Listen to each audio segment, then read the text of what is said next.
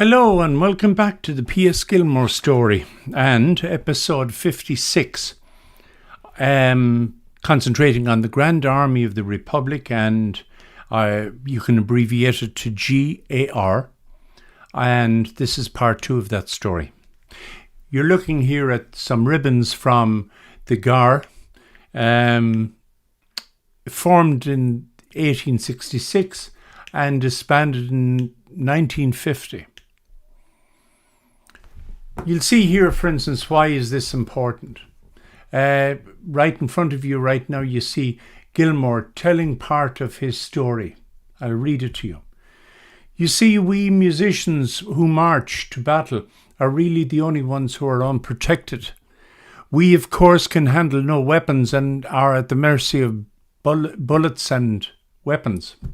To our duty of furnishing the inspiring strains of the marching soldiers, we've another one, that of carrying off the wounded from the field on stretchers.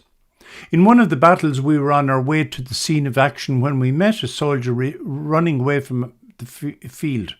"What's the matter?" I inquired, in chorus with several other of the musicians. "Oh, nothing at all. I'm only wounded in one of the fingers of my left hand. I'm off to have it dressed and I'll return immediately." But the light of inspiration had come to us. No unprotected march for us when our good angels had thrown such a good chance in our way. We seized the man and said, "Get on that stretcher." No, he answered. "Only one of my fingers is hurt. I can get on faster myself. Why would I be carried? Do I walk with my hand? Let me go." We merely repeated the order, "Get on the stretcher." He didn't heed us, and again, more emphatically, we said, "Get on the stretcher." Seeing he was obdurate, we made a bodily seizure of him and put him forcibly on the waiting stretcher. Then we beat a hasty retreat with our burden. We carried him down a long hill to a place of safety, and we took care of him ourselves. Now that gives you an idea of the function of the secondary function of the musician as stretcher bearers. Here is a letter from 1864 to my dear wife, and I will send you a copy of the soldier's journal when I send this, and you will see that we are doing something in the way of getting up a concert. This is the story. This is the second part of the letter. This is the story of a concert that took place outside Washington in 1864. And this concert was to raise funds for the provision of better medical care for the soldiers. And it was so necessary. More men died, they say, because of diseases and infections than from actual injuries and so on. Here's the letter in regards the authenticity of this letter, etc. So I've just put this up here, and what happened was this letter and everything with it, which I was lucky enough to purchase, basically outlines all of the details of how they raised the concert, organized the concert, and what they had to go through, even crossing over through checkpoints and so on. And it's very interesting what they went through to make sure that better facilities were developed for the soldier.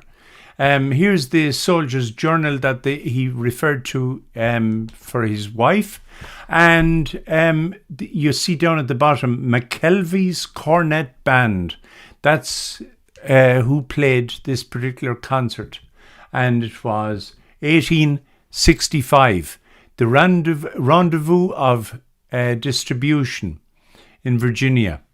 And it performed, it was one of the many occasions. Gilmore raised money for the sanitation fund as well.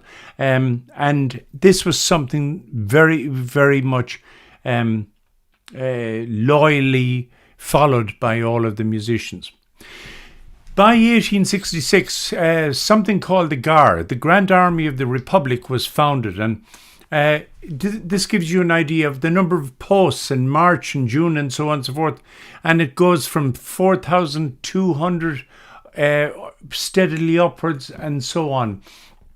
4,200 posts throughout the Union. And this gives you an idea of how large an organization. This was central to campaigning for better hospital care for, in Gilmore's case alone. In Gilmore's case alone, there was his own brother, Henry, had both of his legs shot off with cannon fire. Here's the eventual medal of the GAR. In 1869, the governor of Massachusetts presented Gilmore with this beautiful declaration of his great work, let's put it that way, during the Union as the leader of the band of the 24th Regiment, the Massachusetts Infantry Regiment. And throughout the country, GAR events featured. Here's the full page from Brooklyn in 1884. Here is from 1887 from St. Louis. The Grand Army Parade, 40,000 men in line. On the Tuesday, reception of the Grand Army visitors at the exposition. Thursday, the GAR excursions by rail and float. Friday, GAR excursions. 1888, St. Louis Music Hall on the site of today's main public library, and they had the wonderful theatre, the wonderful music hall of the St. Louis Exposition, decorated for the GAR and for all the soldiers, our former soldiers, the veterans that would attend this event. And some of these men had haunting memories, let's put it that way, PTSD, post-traumatic stress disorder. Of course, it wasn't known then, but it must have been at least some therapy for these men to be able to come, talk to their colleagues, to their friends, to their volunteers, fellow volunteers, and if you like, it had to be some therapy at least. So we'll be looking at this again. Next week in more detail as to how the GAR develops. I hope you've enjoyed this, and I hope that you get time to come back for another visit to the Grand Army of the Republic next week. Thank you very much. Please click subscribe and like. Bye now.